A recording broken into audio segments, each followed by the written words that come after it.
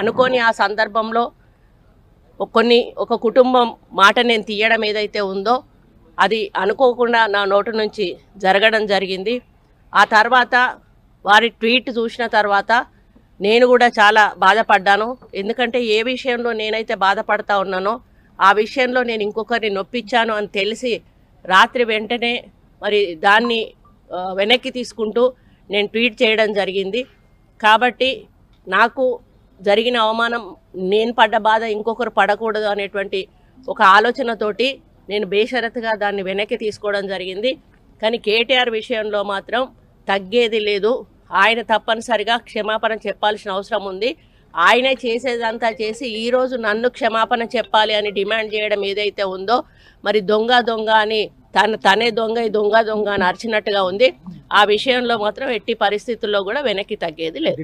భవన్లో మాట్లాడేటప్పుడు మరి కేటీఆర్ గారు క్యారెక్టర్ గురించి, మరి వారి గతంలో వారు చేసినటువంటి కార్యక్రమాల గురించి, మహిళల మీద వారికి ఉన్నటువంటి మరి చులకన భావం గురించి మాట్లాడుతూ మరి ఆయన నన్ను రొచ్చగొట్టే విధంగా మాట్లాడినప్పుడు నేను భావోద్వేగానికి లోనై మరి కొన్ని ఆయన మీద నేను విమర్శలు చేయాల్సిన అవసరం వచ్చింది.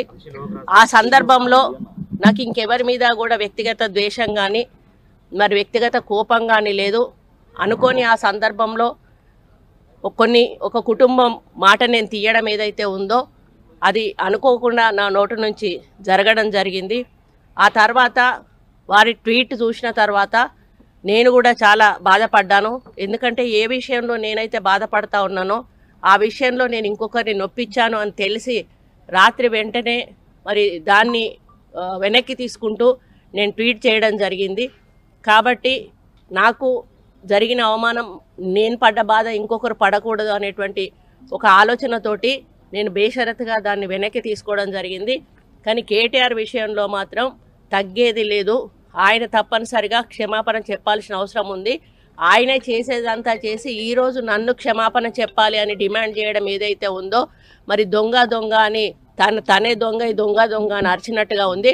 ఆ విషయంలో మాత్రం ఎట్టి పరిస్థితుల్లో కూడా వెనక్కి తగ్గేది లేదు. భవన్లో మాట్లాడేటప్పుడు మరి కేటీఆర్ గారు క్యారెక్టర్ గురించి, మరి వారి గతంలో వారు చేసినటువంటి కార్యక్రమాల గురించి, మహిళల మీద వారికి ఉన్నటువంటి మరి చులకన భావం గురించి మాట్లాడుతూ మరి ఆయన నన్ను రొచ్చగొట్టే విధంగా మాట్లాడినప్పుడు నేను భావోద్వేగానికి లోనై మరి కొన్ని ఆయన మీద నేను విమర్శలు చేయాల్సిన అవసరం వచ్చింది.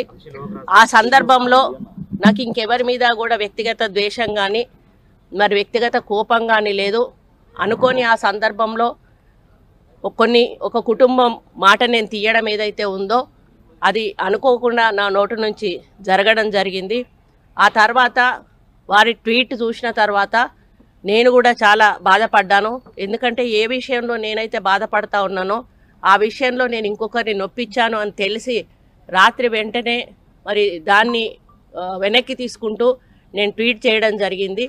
కాబట్టి నాకు జరిగిన అవమానం, నేను పడ్డ బాధ ఇంకొకరు పడకూడదు అనేటువంటి ఒక ఆలోచనతోటి నేను బేషరతుగా దాన్ని వెనక్కి తీసుకోవడం జరిగింది. కానీ కేటీఆర్ విషయంలో మాత్రం తగ్గేది లేదు. ఆయన తప్పనిసరిగా క్షమాపణ చెప్పాల్సిన అవసరం ఉంది. ఆయనే చేసేదంతా చేసి ఈరోజు నన్ను క్షమాపణ చెప్పాలి అని డిమాండ్ చేయడం ఏదైతే ఉందో మరి దొంగ అని తనే దొంగ అని అరిచినట్టుగా ఉంది. ఆ విషయంలో మాత్రం ఎట్టి పరిస్థితుల్లో కూడా వెనక్కి తగ్గేది లేదు.